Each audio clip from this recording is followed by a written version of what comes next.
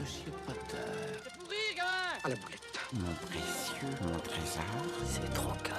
Eh ben, nous aussi, on a bien aimé. C'est à quai! Il est protégé par la force.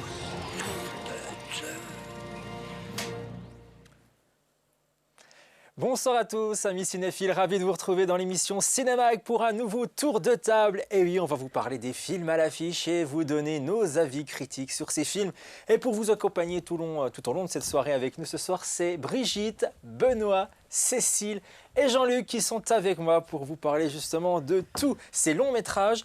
Et au sommaire, ce soir, on vous propose de parler du box-office, du Ciné Palace d'Épinal, avec le top 3 des meilleurs films actuellement à l'affiche. Ensuite, nous parlerons du film Julie en 12 chapitres, du film Lui de Guillaume Canet. Ensuite, quelques actualités cinématographiques. Le jeu qui vous permettra bien sûr de gagner vos invitations pour vous rendre dans l'une des salles, vos jeunes participants de votre choix. D'autres films également, toujours à l'affiche. La Fracture, La Voix d'Aïda, My Son ou encore Si on chantait.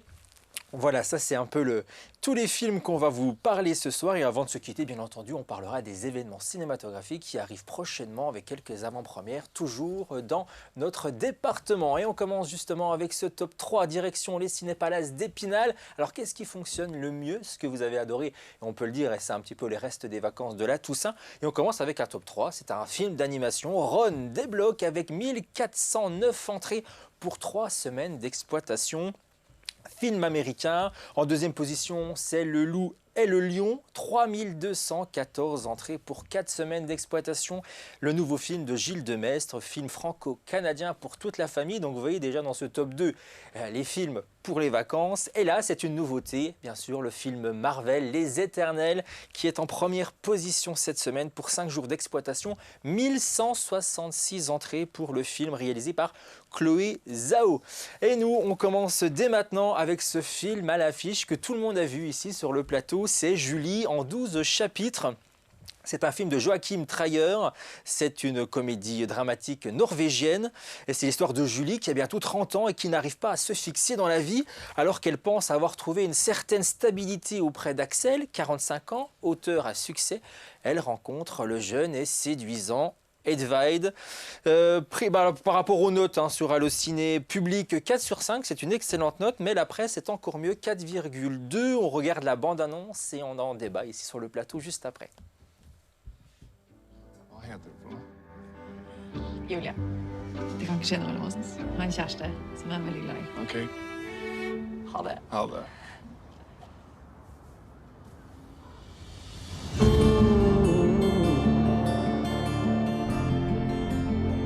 Hva er det det handler om? Jeg bare føler at du går rundt og venter på noe. Jeg skjønner ikke hva det er lenger. Men jeg tenker masse på deg hele tiden. Men jeg vil ikke plage deg om du er lykkelig og sånn. Er det det? Skjønner du liksom hva du er i ferd med å gjøre nå? Skjønner du hva det... Selvfølgelig. Det er derfor det er så vanskelig. Julie en 12 chapitres, c'est un film qui a été présenté en compétition cette année au Festival de Cannes et d'ailleurs a remporté un prix, celui de l'interprétation féminine pour Renate Reinsve. Et on commence à en parler justement avec Cécile qui est allée voir le film. T'en as pensé quoi? Alors merci d'avoir prononcé son nom, parce que j'aurais eu beaucoup de mal. Alors le film a été écrit pour elle, par Joachim Trier. Alors c'est le dernier film d'une trilogie sur Oslo, après Nouvelle Donne et puis Oslo 31 août.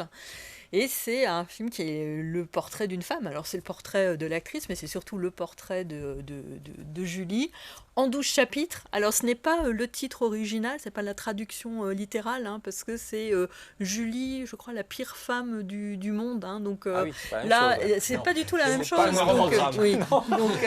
Donc là, 12 chapitres, alors il y a une espèce de côté littéraire, comme ça. Alors 12 tranches de vie de cette femme, avec un prologue qui est filmé à la Woody Allen, où elle rencontre donc son dessinateur de BD, qu'elle va peut-être quitter dans la suite du film. Et on a une jeune femme à qui tout réussit, elle est magnifique, elle est brillante, et pourtant elle n'arrive pas à trouver une certaine stabilité. Et franchement, on est dans son univers à cette femme, avec des trouvailles de mise en scène incroyables. par exemple, le monde s'arrête quand on est amoureux, et c'est un peu vrai. Ouais. Le monde se transforme quand on a mangé des champignons hallucinogènes, avec une séquence d'animation sur laquelle j'aurais peut-être des réserves, mais qui témoigne bien de l'univers intérieur de Julie. Bref, on a envie d'être avec elle, et ouais, c'est un merveilleux film. Moi, je me suis un petit peu reconnue en elle. C'est vrai qu'à 30 voilà, ans, on se pose des questions. Tu faisais de la photo au sidar Non, mais je me demandais si j'allais avoir des enfants. Tout ça. D'accord. On se pose pas plein de questions. Ouais. Brigitte, est-ce que tu t'es posé des questions également? Oui, alors moi, je dirais le film est bien. Je suis un peu moins enthousiaste que Cécile. Alors peut-être que parce que ma tranche 18-30 ans est un peu derrière moi, donc je vais peut-être un peu oublié.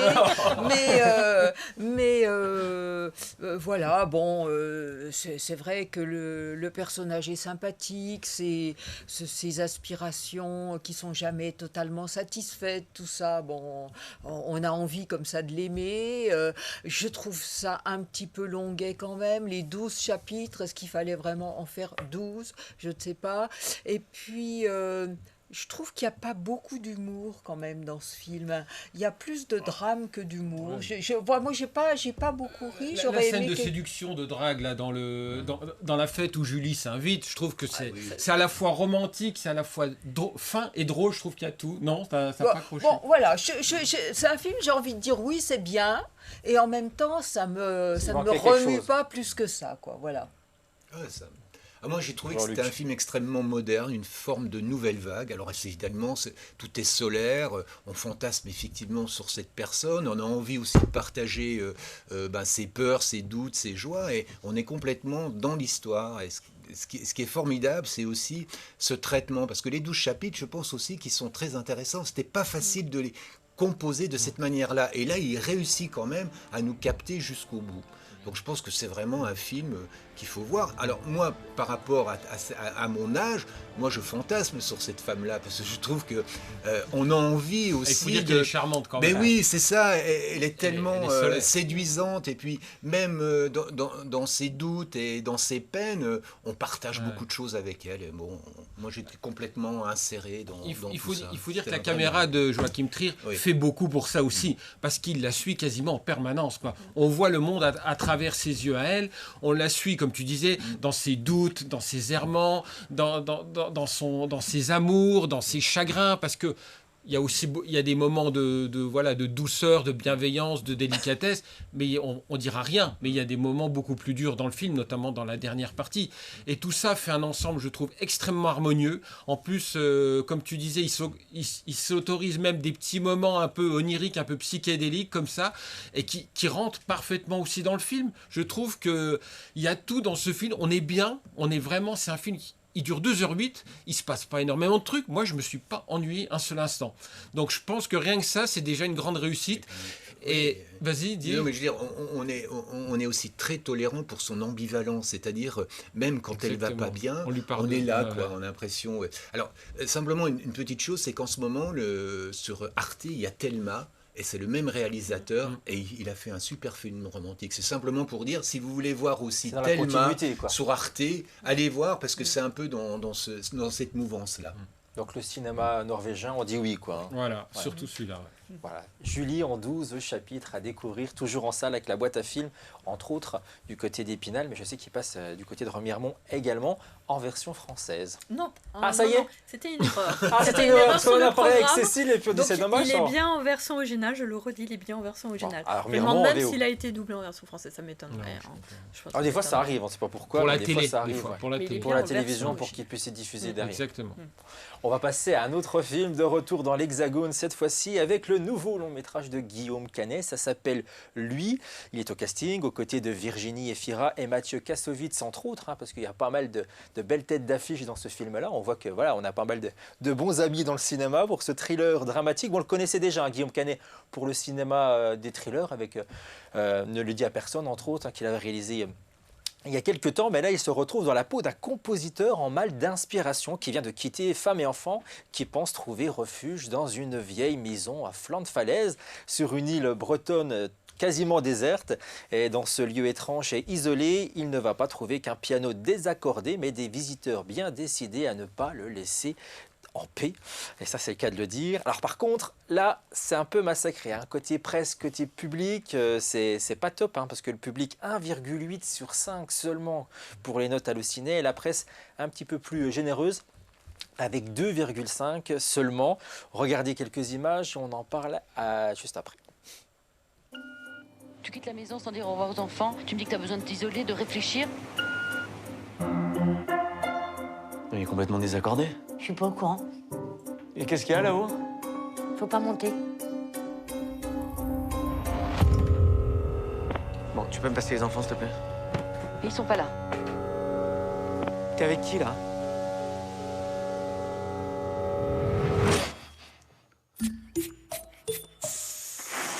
Bon, c'est juste une petite crise d'angoisse.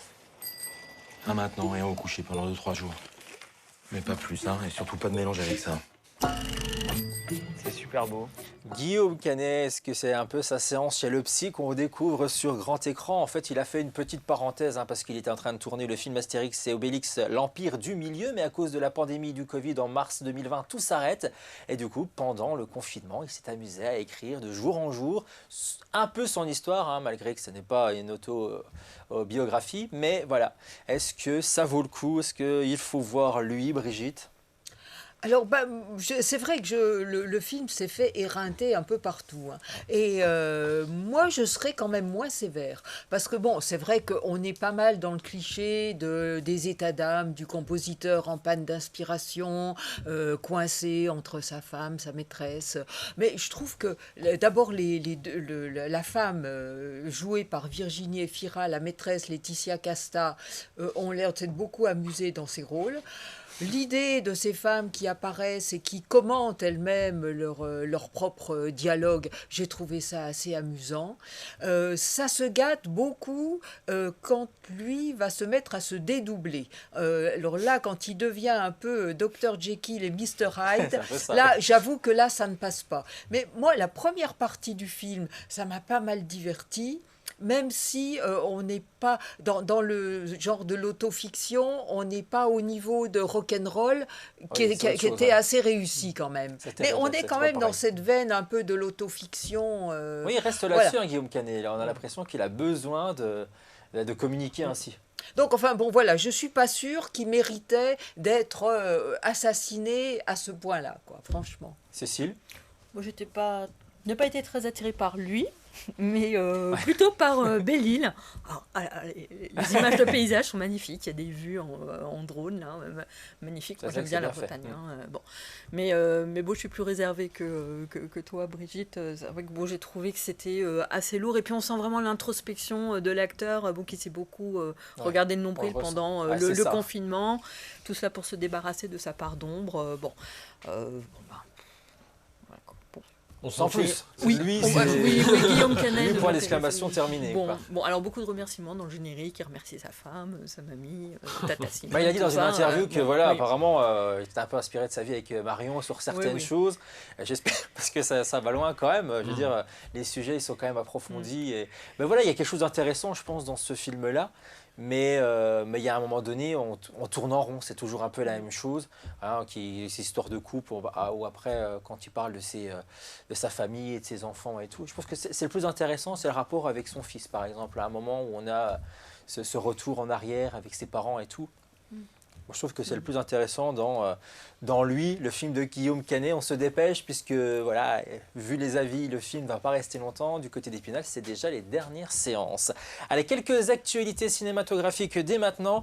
Et on va parler d'un nouveau Disney live action avec Blanche-Neige et les 7 nains, cette fois-ci, qui va être remis au goût du jour en chair et en os. C'est un peu ce que fait Disney depuis quelques temps. Et là, côté casting, ça se précise puisque c'est Gal Gadot qui va faire la grande méchante, la sorcière dans Blanche-Neige.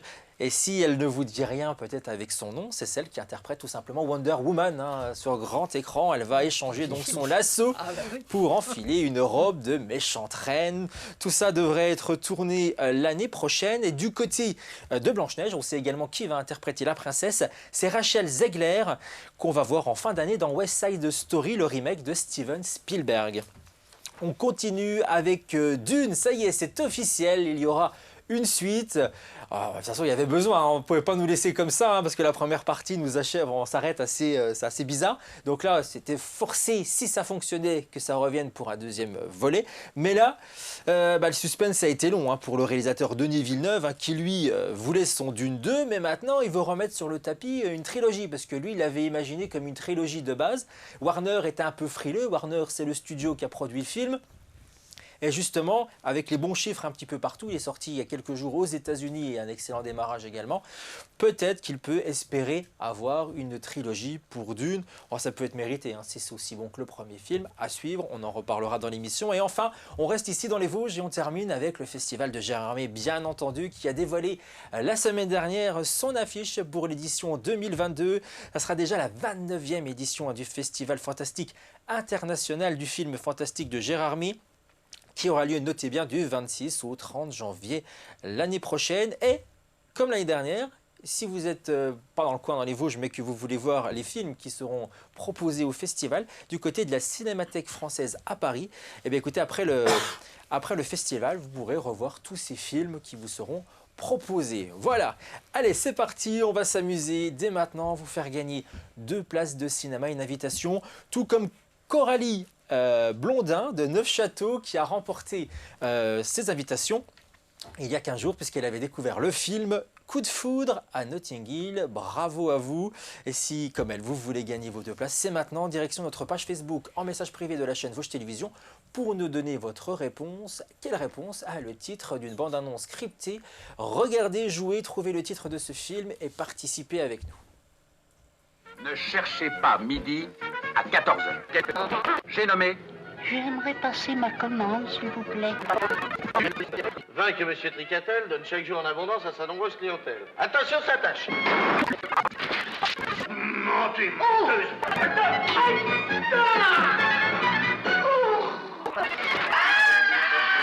Vite, une échelle. Tenez bon, Marguerite, on arrive. Pas d'échelle.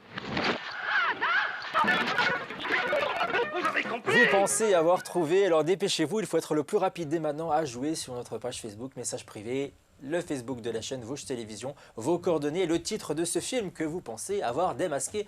Je vous souhaite à tous bonne chance. Allez, on continue justement les films à l'affiche avec une nouvelle critique du film La Fracture. C'est le nouveau film de Catherine Corsini avec au casting Valéria Bruni-Tedeschi, Marina Foïs ou encore Pio Marmaille pour une comédie dramatique. Regardez quelques images, on en parle juste après. Sinon, ouais, je suis dans la merde. J'ai mon coude qui a explosé, je vais plus pouvoir bosser et ma copine me quitte. Tu n'es pas toute seule, d'accord? Tu fais jamais attention aux autres, jamais. C'est plus possible. Est-ce que vous avez des lits disponibles parce qu'on commence à avoir beaucoup trop de monde? Il n'y a plus de kétamine, vous savez où je peux en trouver là? On en a plus. Franchement, je vous admire, c'est gentil. Mais vous savez, moi je pense que je vais bientôt quitter le service. J'avais un moment de donner de sa personne tout le temps. Alors, est-ce que La Fracture, ça vaut le coup? Est-ce qu'on va briser ce film ou non? On va le savoir tout de suite avec Cécile, qui a vu ce film. Alors, Julie, en 12 chapitres, m'avait fait penser à La Nouvelle Ève, qui était un peu le film de ma génération. Quand j'avais 30 ans, je m'étais pas mal identifiée à Karine Viard dans La Nouvelle Ève. Donc là, c'était un film de Catherine Corsini, bon, qui a fait la Belle Saison, qui a fait Un amour impossible avec Virginie Efira l'année dernière. Écoutez, c'est vraiment le film social, mais bon, donc là, à la manière de Catherine Corsini, où elle va vraiment regrouper toutes les fractures possibles. Alors, c'est la fracture d'un couple, c'est la fracture d'un bras, c'est la fracture sociale, parce qu'on est le jour de la manifestation des Gilets jaunes sur les Champs-Élysées, donc les Gilets jaunes qui sont pourchassés par les forces de l'ordre, donc fracture entre Gilets jaunes, les forces de l'ordre, la fracture au sein de l'hôpital. Bon, alors tout ça, c'est filmé dans un huis clos, où tous les problèmes s'accumulent. Mais c'est presque trop, quoi. C'est presque trop. Alors, c'est filmé comme un reportage de guerre. Alors, certes, hein, bon, elle dénonce pas mal de choses. On est désespéré si la situation de l'hôpital, c'est ça. Mais bon, il y a quand même des choses intéressantes. Mais elle charge un peu trop la barque, à mon avis. Brigitte, du même avis? Oui, je suis à peu près de cet avis-là, c'est-à-dire que je trouve que c'est de manière trop ostensible, étiqueté film de gauche, quoi, jusqu'à la caricature. Hein. Alors bon, Pio Marmaille, je le trouve bien dans son rôle, Valéria Bruni Tedeschi, je la trouve bien aussi dans ce rôle de un peu excentrique, un peu faux-folle, en plein chagrin d'amour, mais l'ensemble est assez pesant. Alors quand je dis qu'on empile un peu les clichés, il y a quand même une scène que je trouve extraordinaire, c'est cette jeune infirmière qui est jouée par une amatrice qui n'est pas une actrice, elle est très bien, elle est aide-soignante dans la vraie vie, là, elle a un rôle d'infirmière, alors elle est prise en otage un moment par un barjot qui la tient de longues minutes, vraiment avec un couteau sur la gorge, et au moment où elle est libérée parce que la police intervient, la première chose qu'elle fait, elle va tout de suite voir les policiers pour leur dire à peu près ne lui faites pas de mal, il n'est pas méchant. Bon, je ne crois pas que dans la vraie vie, je veux dire, voilà, bon, je sais que les soignants sont des gens formidables, n'est-ce pas Jean-Luc? Mais là, je trouve que ça va quand même un petit peu loin. Là, tout de suite, on se dit, non, mais là, c'est du cinéma, quoi. Bon, on y est, hein, justement, c'est bien du cinéma, heureusement. Et on va continuer avec un autre film, toujours à l'affiche, avec la voix d'Aïda. Un film de Jasmila Zbanic, c'est un film dramatique de guerre, film de Bosnie. Bien écoutez, on va en parler dès maintenant avec Benoît qui a vu ce film. Oui, gros coup de cœur pour ce film. Donc, on se retrouve plongé en 1995 au cœur de la guerre en ex-Yougoslavie et plus précisément au cœur du massacre de Srebrenica, qui, rappelons-le, a fait plus de 8000 morts et ce qui constitue à l'heure actuelle le plus gros génocide depuis la Deuxième Guerre mondiale. Donc c'est vraiment un événement extrêmement marquant qu'on a peut-être un peu oublié et que là, la réalisatrice nous rappelle, mais de façon extrêmement forte, extrêmement brutale, en nous replongeant donc au cœur de ce conflit avec plusieurs forces en présence, à savoir les troupes du général Mladic, à savoir les casques bleus, et ces prisonniers bosniaques qui sont dans un camp de rétention et qui attendent un destin. Alors nous, on sait ce qui les attend, malheureusement, mais eux sont vraiment dans l'incertitude. Et au milieu de tout ça, on a une interprète, une femme, qui est là pour faire justement l'interprète entre les forces en présence et en même temps sauver ses deux fils et son mari. Et donc tout ça forme un film extrêmement tendu, extrêmement fort, extrêmement bien mis en scène, où là encore on suit cette femme en permanence, qui est prise entre deux feux, entre à la fois sauver ses proches et faire son métier d'interprète. Et je trouve que c'est remarquable parce que même si on n'a pas de souvenir par rapport à ce massacre de Srebrenica, je trouve qu'on est tout de suite, dans l'élément, on est tout de suite pris par ce qu'on voit, avec une fin assez inéluctable et une scène finale qui dit énormément de choses sur ce qu'est l'après-guerre, quoi. La manière dont on peut vivre avec des gens qui ont été vos bourreaux dans un monde où rien ne le laisse penser. Cécile ? Oui, alors il y a beaucoup de références aussi, je trouve, à la Shoah, à la Seconde Guerre mondiale. À un moment, il y a quand même un Bosniaque qui est en pyjama rayé et puis qui essaye d'alerter tout le monde, on va être gazé. Bon, il y a des côtés liste de Schindler parce qu'il faut qu'elle mette sa famille sur la liste des gens qui pourraient être évacués avec les forces de l'ONU. Il y a un moment le choix de Sophie parce qu'elle dit sauvez au moins un de mes deux fils. Bon. Et moi ça m'a beaucoup marqué, ça m'a secoué comme film parce que voilà, on voit bien l'impuissance des casques bleus. Alors là c'est un bataillon, enfin un détachement hollandais de casques bleus. Ils sont très jeunes, on a l'impression que ces soldats ils ont 12 ans, ils sont en short, ils sont complètement impuissants parce que de toute façon les gens sont, enfin les forces occidentales sont en vacances parce que ça se passe au mois de juillet, donc ils n'arrivent pas à contacter les bombardiers américains ou européens parce que tout le monde est en vacances. Et moi je me suis presque sentie coupable parce que je les ai vécus ces événements en tant que jeune adulte. On était très loin et je pense que la presse c'était pas là non plus et on n'a rien fait, quoi. Enfin bon, on les a laissés mourir. Et quelque part aussi cette tenue complètement impuissante, ça faisait beaucoup penser au film No Man's Land, qui était très symbolique de voilà. Alors c'est leur mission, d'empêcher ce genre de choses. Moi j'ai un souvenir très précis justement des critiques émises par rapport aux Nations Unies, au casque bleu, qui étaient ridiculisés dans les guignols de l'info à l'époque. Je me rappelle, c'était vraiment flagrant. Et on se disait comment c'est possible, quoi, de nos jours que de telles choses soient possibles. Et le film là-dessus est très explicite, quoi. Il montre, comme tu disais, alors ils n'ont pas 12 ans, mais ils ont à peine 20 ans. Oui, non, mais voilà, ils ont à peine 20 ans et ils se font littéralement manger tout cru par le général Mladic et ses milices, quoi. C'est terrifiant. C'était à quelques milliers de kilomètres de chez nous et pourtant ça s'est produit. En tout cas, c'est un chouette film. C'est fort.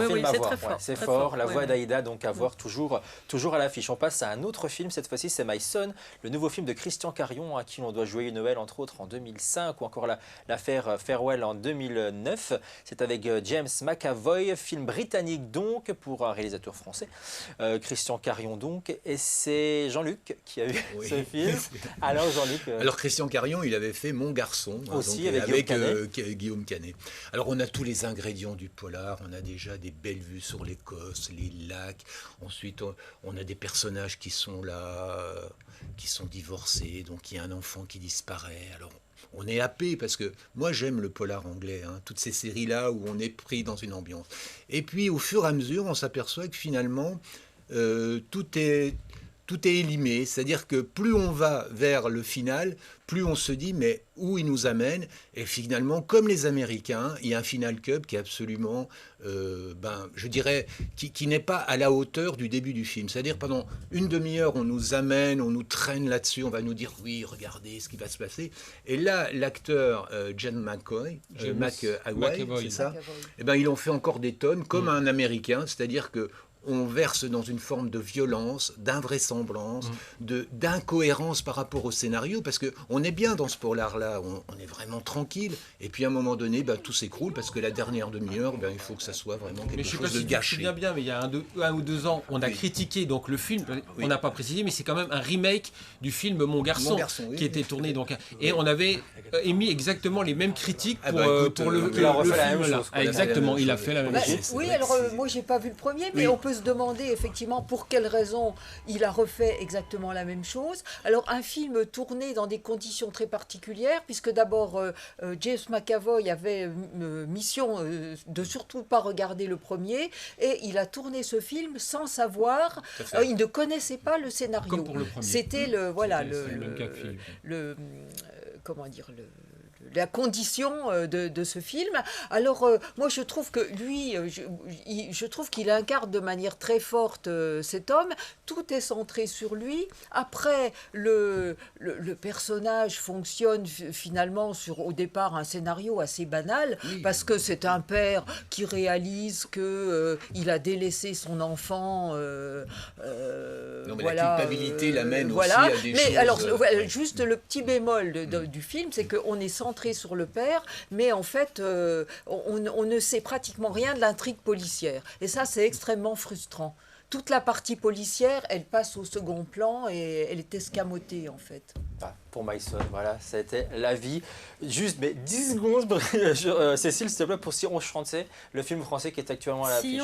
Si on chantait. Non, si on s'en passait. Si on s'en passait. On s'en passe bien volontiers. Personne ne fera jamais aussi court que ça. Ça c'est parfait. Et écoutez, avant de se quitter, nous allons faire un petit tour du département avec quelques avant-premières, et à noter déjà que c'est La Panthère des Neiges de Vincent Munier et co-réalisé par Marie Amiguet, qui seront présents le 17 novembre, le mercredi 17 novembre à 20h30 du côté du cinéma L'Entracte. Une autre avant-première du même film aura lieu sans les réalisateurs le jeudi 18 novembre, mais également du côté du cinéma Majestic Le Français Volontaire de Remiremont, ce dimanche 14 novembre à 16h30, toujours avec les réalisateurs sur place. Partons du côté d'Épinal avec une autre avant-première, le nouveau film de Pedro Almodovar qui vous sera proposé ce dimanche à 18h au Ciné-Palace d'Épinal dans le cadre des journées européennes des cinémas ARSC. Ça s'appelle Madre Paralelas. Du côté de Neufchâteau, avant-première toujours, et c'est le film Pour toujours, film italien qui sortira en février 2022 qui vous sera proposé ce vendredi 12 novembre en version originale à 19h30. Et du côté de la MCL de Gérardmer, L'homme de la cave. C'est le nouveau film de Philippe Leguet, également à l'affiche du les Ciné-Palaces d'Épinal avec François Cluzet au casting. Mais à noter que le mardi 16 novembre, ils auront la visite de Victoria Hébert, qui est une des actrices du film, qui joue le rôle de Justine et qui viendra en débattre juste après. À noter le mardi 16 novembre à 20h à la MCL de Gérardmer. On se quitte avec les prochaines sorties à voir en salle à partir de ce mercredi. Aline, le nouveau film de Valérie Lemercier, bien entendu. Cry Macho. C'est le drame western de Clint Eastwood, bien entendu. Son nouveau western, son dernier film est à voir. La semaine prochaine, vous pourrez voir Amant, le nouveau film de Nicole Garcia avec Pierre Ninet au casting. Et les Baudins en Thaïlande, ils débarquent sur grand écran. Eh bien écoutez, tout ça, c'est au rendez-vous des cinémas. Ne loupez pas notre émission, bien sûr, en replay sur notre site. Et nous, on vous dit à très vite pour parler de nouveaux films à l'affiche et passer du bon temps dans les salles obscures. À très vite, merci, au revoir.